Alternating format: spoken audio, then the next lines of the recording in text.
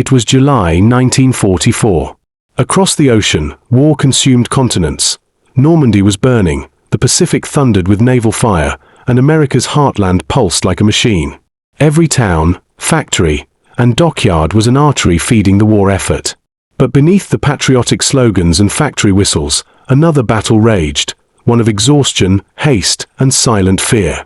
The command was simple: produce faster, win faster. Each hour shaved from the schedule could mean another ship at sea, another bomber in the air. In that relentless rhythm, safety was not a rule but a delay. The men on the docks knew it. They felt it in the sting of gunpowder dust, the tremor of engines, and the smell of fuel that clung to their skin long after they left their shifts. That evening, the naval yard at Port Chicago, California, worked under floodlights that turned night into a pale imitation of day. 2 ammunition ships sat at the pier, their holds packed with bombs, shells, and high-explosive charges bound for the Pacific.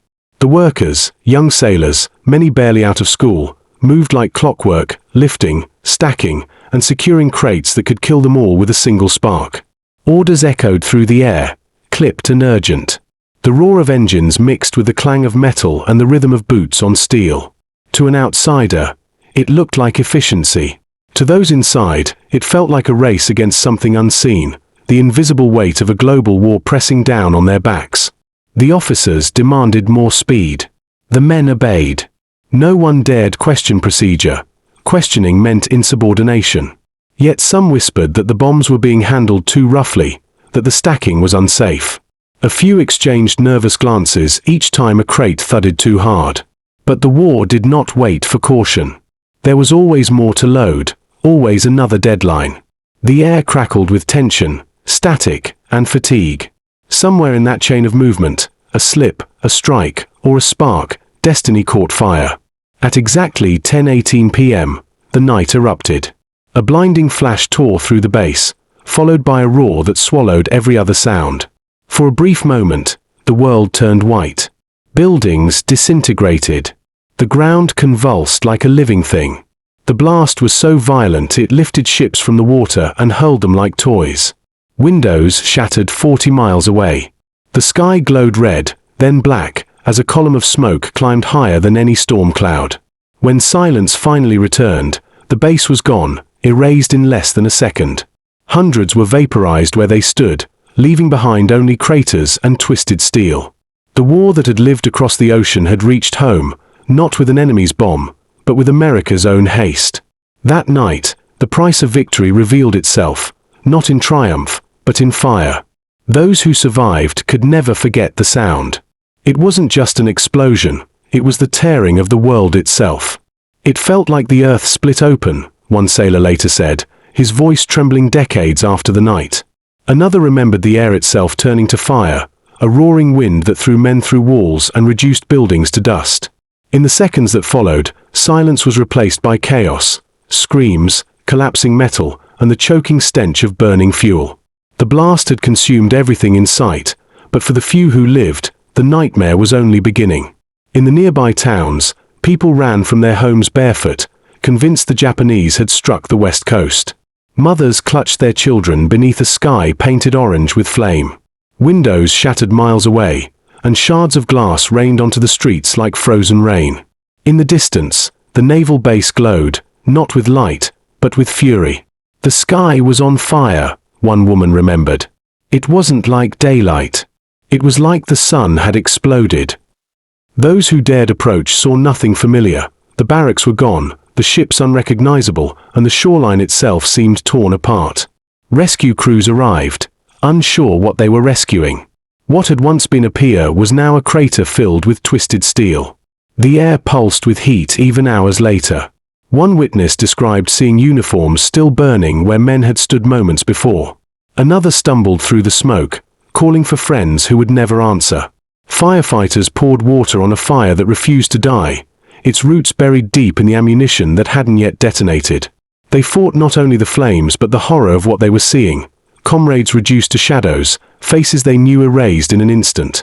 Among the dead and missing were hundreds of young sailors, most of them African-American recruits assigned the most dangerous work, loading live ammunition without proper training or equipment.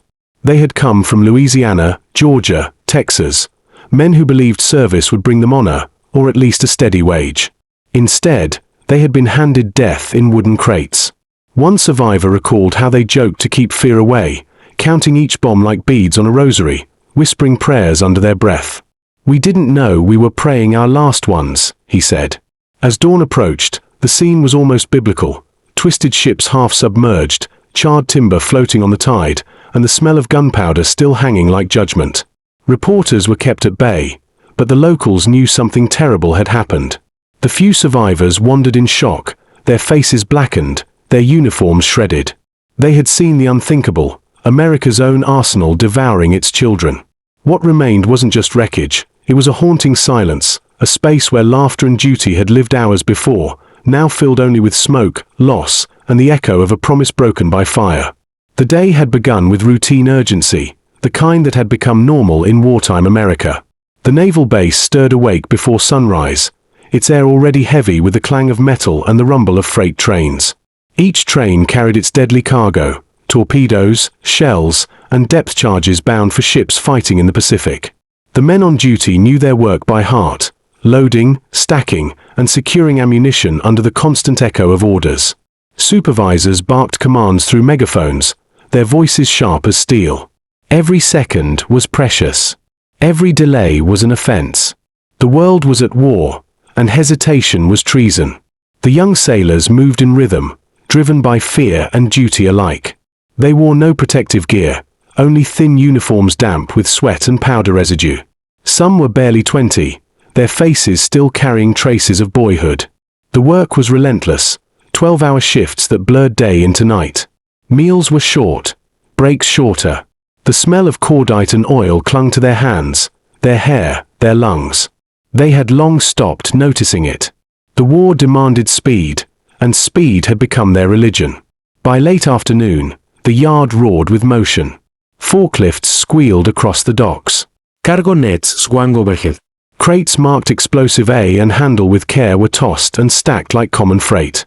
The officers on duty kept one eye on the clock, urging the men to finish another ship before midnight. The Pacific front needed resupply, and delay meant failure. A few sailors exchanged uneasy looks when the sparks from the rail tracks flared too close to the ammunition. One of them muttered, "One wrong move and we'll be blown to Japan." His supervisor laughed it off. The war had no time for superstition. As evening fell, the yard glowed under harsh white lights that turned every shadow into a warning. The workers pushed on, muscles aching, eyes burning. In the distance, the bay shimmered under the moonlight, calm and unaware. No one knew that the cargo they were handling had already begun to heat, friction, vibration, and the invisible hand of haste conspiring against them. At 9:30 p.m., the night grew restless. A strange energy filled the air, a tension no one could name. Some later recalled the smell of burning metal. Others swore they heard a faint crackling beneath the sound of engines. At 9:45 p.m., a hissing noise rose from one of the loading areas near the pier. It was soft at first, almost mechanical, like air escaping from a pipe. A few men turned their heads but continued working. Moments later, a flicker of light appeared, small, trembling, harmless looking. Someone shouted, "Watch that spark!" Then silence. What followed was the longest half-minute in their lives. The world seemed to hold its breath. Then, at exactly 10:18 p.m., the night shattered. A blinding flash erupted from the pier, so bright it turned darkness into daylight. The first blast tore through the ships, vaporizing everything within seconds. The second followed like thunder, ripping through warehouses, barracks, and the shoreline itself. The ground heaved violently, splitting open as if the earth had exhaled fire. The shockwave roared across the bay, flattening everything in its path. A nearby train was thrown off its tracks and crumpled like paper. Trucks overturned. Windows exploded 40 miles away. The air ignited with a wall of flame that devoured oxygen faster than lungs could gasp. Men closest to the blast were gone before they even understood what had happened. Those farther away were hurled into the air, their bodies flung against debris, walls, and twisted steel. Witnesses from neighboring towns described the night sky turning white, then red, then black. The light was seen as far as San Francisco. A fisherman miles offshore recalled feeling the shockwave roll beneath his boat, lifting it out of the water. It was like the ocean itself had screamed, he said later. The explosion's force registered on seismographs hundreds of miles away, mistaken at first for an earthquake. Fires erupted everywhere. Fuel tanks burst into fountains of flame, and the heat became unbearable. The air shimmered with burning debris, fragments of ships, barrels, splinters of steel raining down like deadly snow. The dockside cranes melted where they stood. One ship's hull, weighing thousands of tons, was blown completely out of the bay and found later on the opposite shore. The sheer energy released in that instant equaled several thousand tons of TNT, a blast so powerful it rivaled the smaller bombs being tested for the coming atomic age. Then came the silence, the kind that follows the end of the world. It lasted only seconds, but it felt eternal. The survivors, dazed and half-deafened, stumbled through smoke and ruin. The pier was gone. The ships were gone. What had been a bustling base hours earlier was now a crater half a mile wide. The night air was thick with dust and screams. Those who could still stand began to search blindly for others, calling names into the inferno. The echoes died unanswered. As the fire spread inland, the glow could be seen from neighboring counties. Fire crews rushed from every direction, sirens wailing, but there was little to save. The flames devoured everything: wood, steel, and hope. The ammunition that hadn't detonated hissed and popped, each spark threatening a new eruption. One firefighter later said, "We weren't fighting a fire. We were standing at the edge of hell." By midnight, the bay was an inferno. The water boiled near the shore, reflecting red light across the horizon. Rescue boats circled cautiously, unable to approach the heat. The air was so thick with smoke that pilots couldn't fly over it. For hours, the ground trembled with secondary blasts as buried shells cooked and burst. When dawn finally broke, it revealed devastation beyond imagination.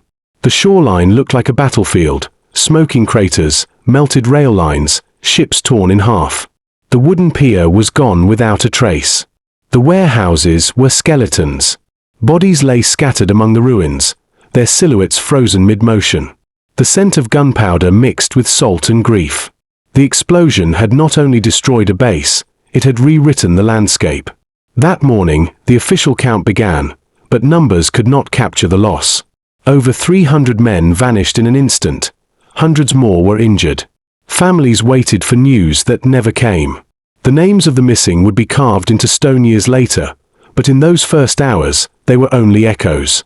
What had started as another night of duty had ended as one of the deadliest homefront disasters in American history.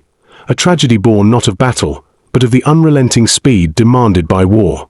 They were ordinary men caught in extraordinary duty, young, hopeful, and unaware that history would erase their names long before it remembered their sacrifice. Most had never seen the ocean before they enlisted. They came from dusty towns, tobacco fields, and factory neighborhoods, carrying dreams as fragile as the shells they handled. Their uniforms were second-hand, their boots too large, but their pride was real. They believed that by serving their country, they could change their lives, lift their families, and prove their worth in a world that seldom looked their way. Eddie Johnson was 19, lean and quiet, the eldest of 5 children from rural Georgia. His mother scrubbed floors to survive, and he joined the Navy to send her a few dollars each month. In his pocket, he carried her last letter, a prayer folded so many times that the ink had faded. His friends said Eddie could make anyone laugh, even in the middle of a shift. He dreamed of owning a small shop after the war, something simple where no one yelled and nothing exploded. He never made it home. James Edwards was 21 and obsessed with the sky. He had wanted to be a pilot, to feel freedom above the clouds, but the Navy saw only his muscles. They handed him a loading hook instead of wings. He accepted it quietly, believing hard work could open new doors. Every night, he watched planes fly over the bay and whispered, "Next time, that'll be me." That promise died with him when the pier vanished in light. There was also Thomas Reed, who played harmonica between shifts. His tunes drifted through the barracks, softening the tension for men who barely had the strength to smile. He was the kind of person others relied on, the first to volunteer, the last to complain. When the explosion came, his harmonica was found crushed in the dirt, its metal twisted like the ship's. For weeks, survivors said they could still hear faint music in the wind, as if Thomas's song had never stopped playing. Most of the men working that night were African American recruits, drawn from segregated training camps. They were told their labor was essential but treated as expendable. White officers gave orders from a safe distance while black sailors handled live ammunition with little training. Yet they didn't protest. They needed the paycheck, the respect, and the faint hope that service would earn them equality. In reality, it earned them silence. When newspapers later reported the disaster, few mentioned their race, fewer their names. They were not soldiers in the trenches of Europe or heroes storming beaches in the Pacific. Their battlefield was a dockyard, their enemies' fatigue and neglect. They had no medals, no songs written in their honor, no flags draped over their coffins. But their work kept ships sailing, planes flying, and armies fed. Without them, victory itself would have stalled. They were the invisible gears of the war machine, turning in darkness, unnoticed until the moment they broke. In their final hours, they spoke of home, of wives waiting, mothers praying, and the smell of Sunday dinners. Some joked to hide the fear. Others stared at the crates stacked higher than their heads and wondered how much their lives were worth to the country they served. None imagined that their final act of labor would become a flash bright enough to outshine their existence. When the explosion erased the pier, it didn't just claim lives, it erased stories. The government listed them as casualties of service, as if they had died from paperwork, not fire. But to those who knew them, they were brothers, sons, and dreamers. Their sacrifice revealed a truth America rarely faced, that even victory demands victims, and not all of them wear medals. In the years that followed, their names were spoken only in whispers by families who refused to forget. A few mothers traveled to the bay, staring into the water where their sons had vanished. They didn't weep aloud, they stood still, letting the wind carry their grief. To them, the ocean was both grave and witness. Eddie, James, Thomas, and the hundreds beside them were never meant to be remembered as statistics. They were flesh and heart, laughter and fear, the quiet backbone of a nation too busy winning a war to see the cost of its own haste. In every dockyard, every factory, there were men like them, hands blistered from work, faces lit by the glow of danger.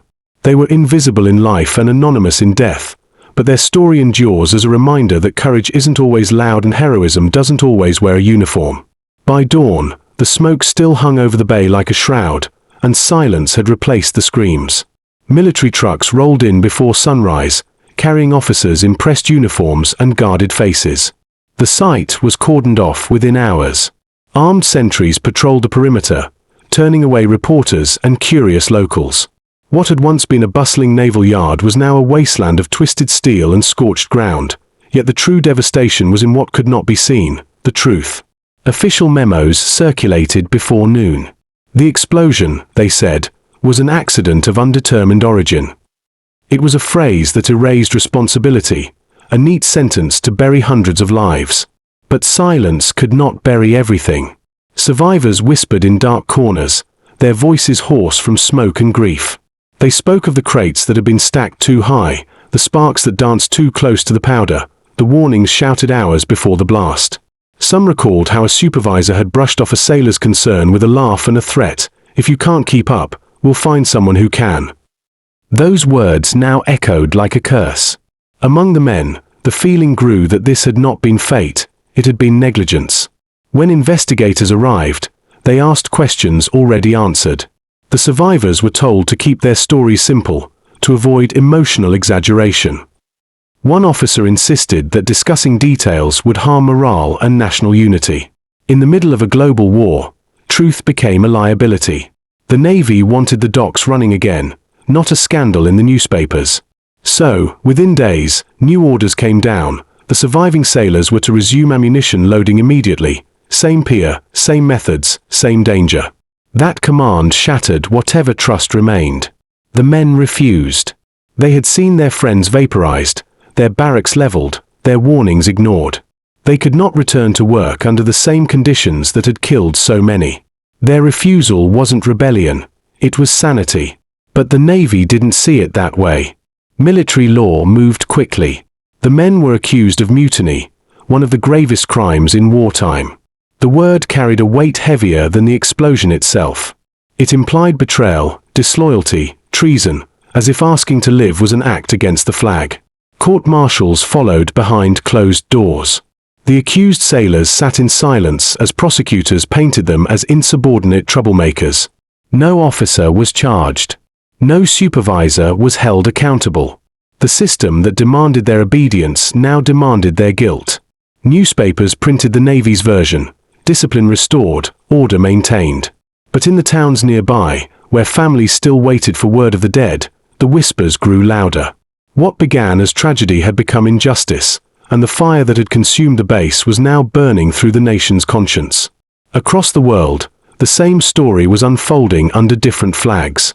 In Germany, the IG Farben chemical plant erupted in 1943, sending a column of smoke so vast it blotted out the sun. In Japan, the Toyama fuel depot exploded into a firestorm that scorched the surrounding city. The lunar works inferno devoured miles of industrial ground, leaving a crater where ambition had once stood. Factories from Berlin to Osaka pulsed with the same fever: production at any cost. The Second World War was not only fought in trenches and skies, it was waged in furnaces, foundries, and assembly lines. The battlefield stretched into every factory, every shipyard, every man's lungs. In America, that same fever burned quietly behind slogans and flags. Posters urged citizens to work harder, work faster. The soldiers depend on you. Patriotism became a form of pressure, a constant reminder that hesitation was betrayal. The line between pride and peril vanished. Managers pushed for record output, factories ran through the night, and safety officers became rare luxuries.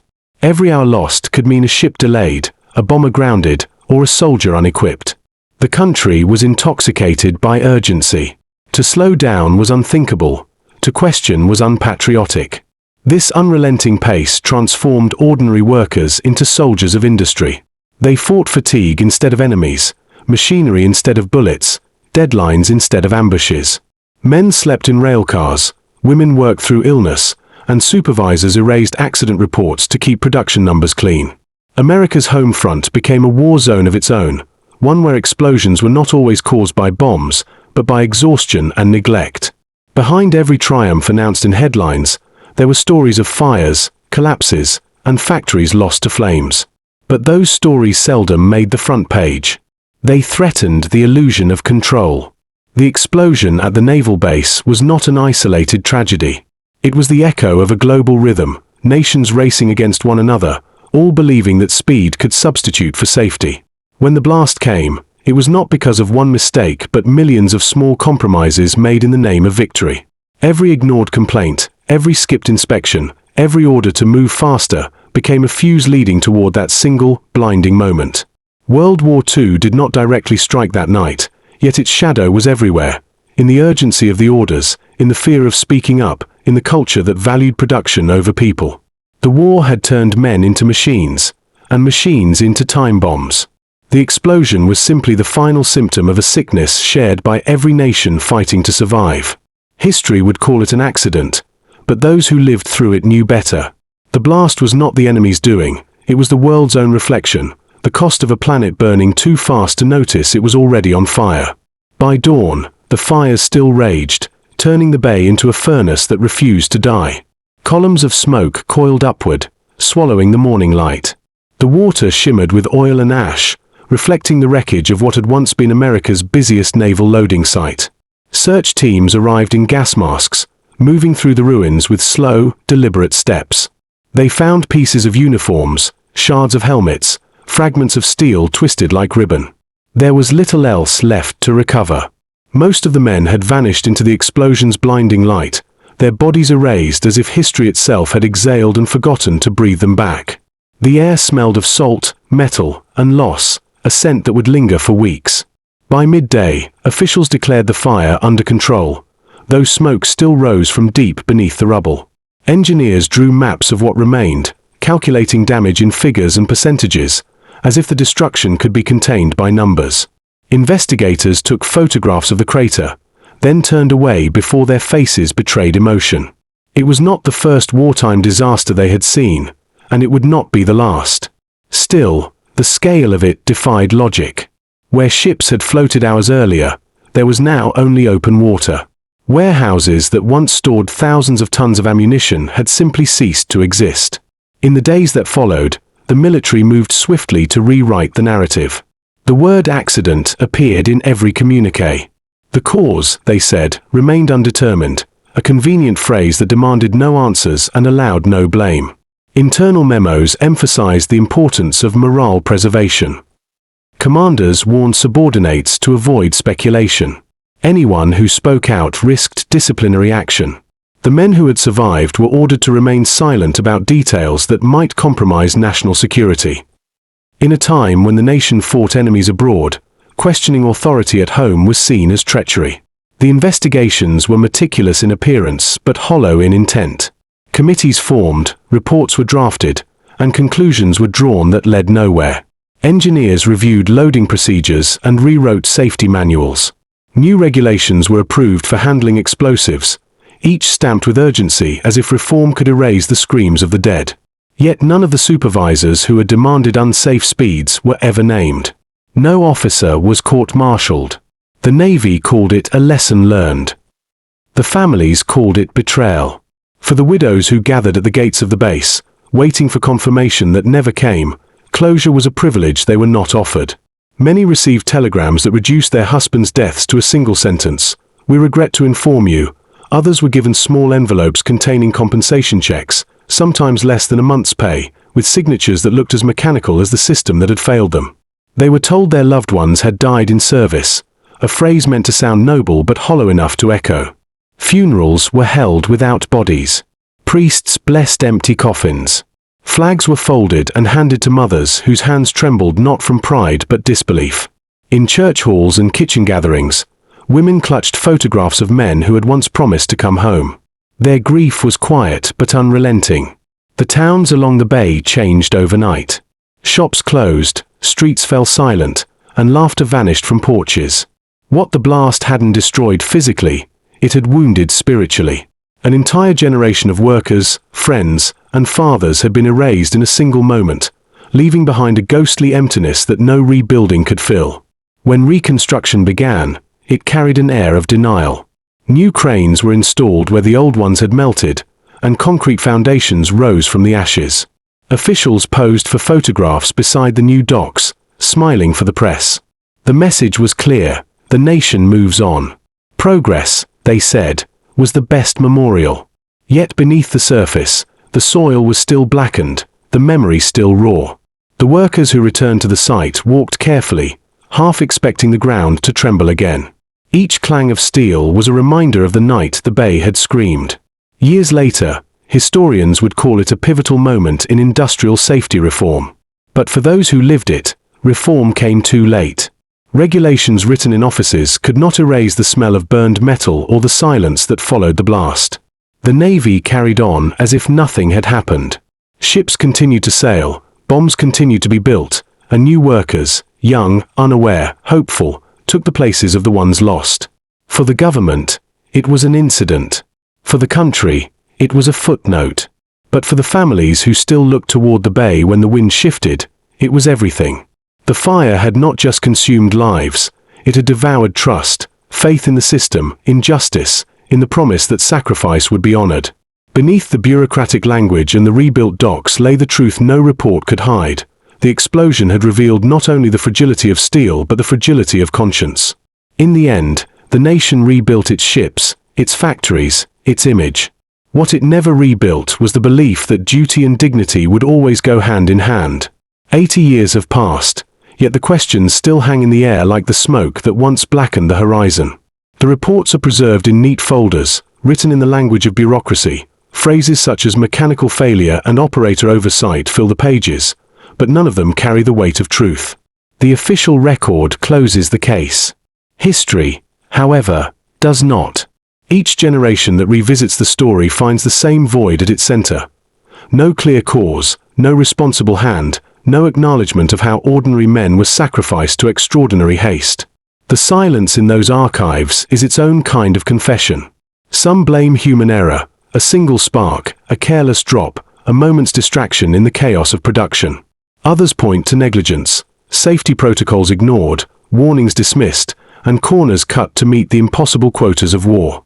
But many believe the true culprit was larger and more insidious, a nation gripped by war fever, drunk on urgency, unable to slow its pulse even as the danger grew. In 1944, speed was patriotism, and caution was cowardice. The explosion may have had a technical cause, but its roots were buried deep in a culture that worshipped results above reason. Historians have come to call it the Forgotten Front, the battlefield without rifles, where fire and machinery replaced gunfire and trenches. It was the war's unseen theater, stretching across factories, rail lines, shipyards, and ports. Millions fought there with hammers, wrenches, and shovels, their victories measured not in land gained but in tonnage shipped. Their sacrifices were no less real. They faced exhaustion, accidents, and death under fluorescent lights instead of open skies. Yet their names never made it into textbooks or parades. They were the invisible army that powered victory, only to be buried under the machinery they kept running. At the site of the blast, time has smoothed over the scars. The crater was filled, the wreckage cleared, and the shoreline reshaped. Today, calm waters ripple where chaos once reigned. A few memorial plaques stand near the edge of the bay, polished by decades of salt and wind. Tourists pass by, reading the engraved words for a moment before moving on. But for those who know the story, descendants, historians, and locals who grew up hearing whispers of that night, the place is more than a historical marker. It is a wound that never fully closed. Every year, small gatherings form along the shore. Old veterans, school children, and families lay flowers at the memorial. Some come in silence, others come to speak the names that were once erased by smoke. The ceremonies are simple, unadvertised, often ignored by the press. Yet within that quiet lies something powerful, the insistence that memory can outlive neglect. For every name lost in the official documents, there is a family that remembers, a teacher who tells the story, a local who refuses to let the past dissolve into the bay. As dusk falls, the water darkens to mirror the night sky, and a strange stillness settles over the place. Locals say that when the wind blows from the east, a faint hum rises from beneath the surface, not loud enough to frighten, but enough to remind. Some claim it's the echo of ships that once loaded ammunition there. Others swear it's the memory of the explosion itself, carried in the silt and current. Scientists dismiss it as coincidence, a trick of wind and tide. But the families who lost everything do not. They say the bay remembers, that water never forgets what it swallows. The legend has become part of the town's identity. Children grow up hearing it as both warning and prayer. It reminds them that progress without compassion leads to ruin, and that patriotism without conscience can burn brighter than the fires it seeks to fight. The explosion no longer defines the nation's history, but it continues to shape its conscience. The story resurfaces in books, documentaries, and memorial speeches, each retelling breathing life into names once smothered by official indifference. In the end, what endures is not the blast itself but what it revealed, a portrait of a country at war with both its enemies and its own humanity. The naval base was rebuilt, the regulations rewritten, but the moral reckoning lingers. The disaster remains a mirror for every generation that mistakes urgency for purpose, production for pride, obedience for honor. The men who died that night never saw the medals or parades their labor made possible, yet their silence speaks louder than any anthem. And when the night is still, when the tide is low and the moonlight brushes the surface of the bay, there are those who swear they can hear it, a low, steady hum, like a heartbeat buried beneath the water. It's not the sound of death but of remembrance, a whisper from the past reminding the living that every victory carries a cost, and every silence leaves an echo. The war may have ended, but its shadow remains, rippling quietly across the water that once burned for victory.